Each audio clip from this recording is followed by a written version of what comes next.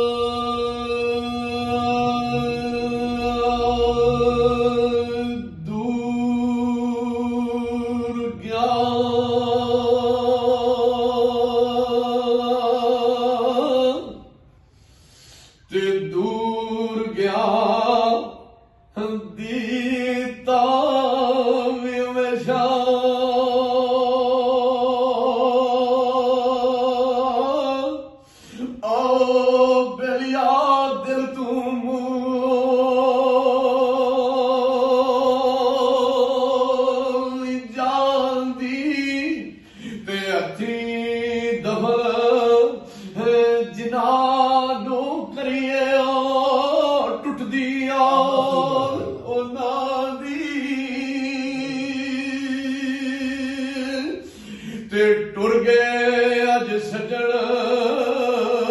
हो जुदाइयां दे गए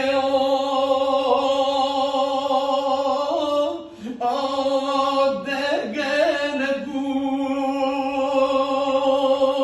गलासे ते सजना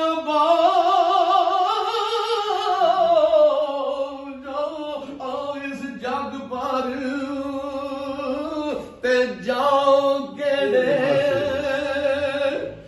ए पासे क्योंकि जिस वेले मियां इम्तियाज सरवर साहब सरकार लिखिया जिस वेले ए झुलदियां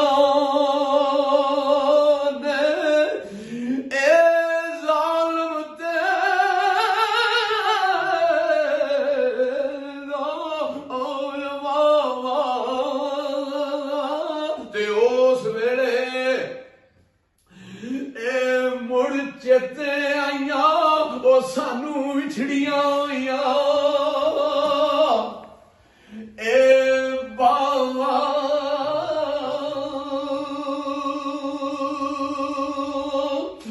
ते बाप मर जाए हो कमर जा आ टुटदी ओ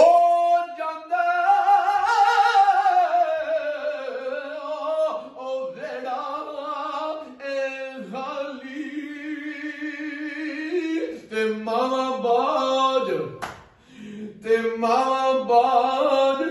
ए जग पार करसी कौन रखवा